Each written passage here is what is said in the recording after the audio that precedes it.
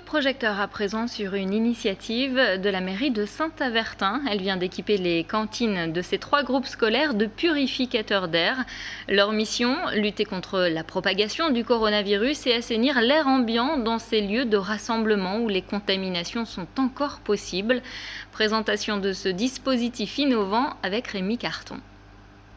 C'est une drôle de boîte qui passe presque inaperçue dans cette cantine. Voici un purificateur d'air.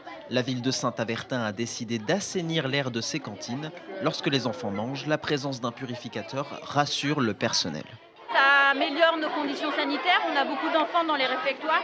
Donc purifier l'air, c'est rassurant pour nous, pour eux, pour les familles aussi, je pense. Oui. C'est positif, c'est une belle initiative.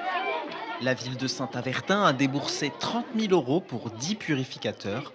La mairie a misé sur un appareil haut de gamme qui élimine la quasi-totalité des polluants, bactéries et autres virus présents dans l'air. C'est une entreprise française qui produit en France, éco-conçue, reconnue par l'ADEME, par toutes les autorités. Donc on s'assure vraiment d'une efficacité la plus importante possible pour nos écoles et pour les enfants dans les écoles.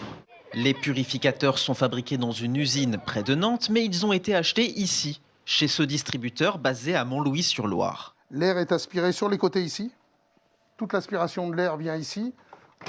Et on a un filtre étanche qui vient, en fait, il n'y a pas 1 centimètre d'air qui va passer hors de ce filtre. Depuis le début de la crise sanitaire, l'entreprise a vendu près de 400 appareils de ce type. De plus en plus de régions offrent des subventions pour assainir l'air des lieux publics clos. La région Rhône-Alpes, l'Île-de-France, beaucoup de régions, les Hauts-de-France s'y mettent. Et là, ils ont des subventions. Ça va peut-être venir chez nous.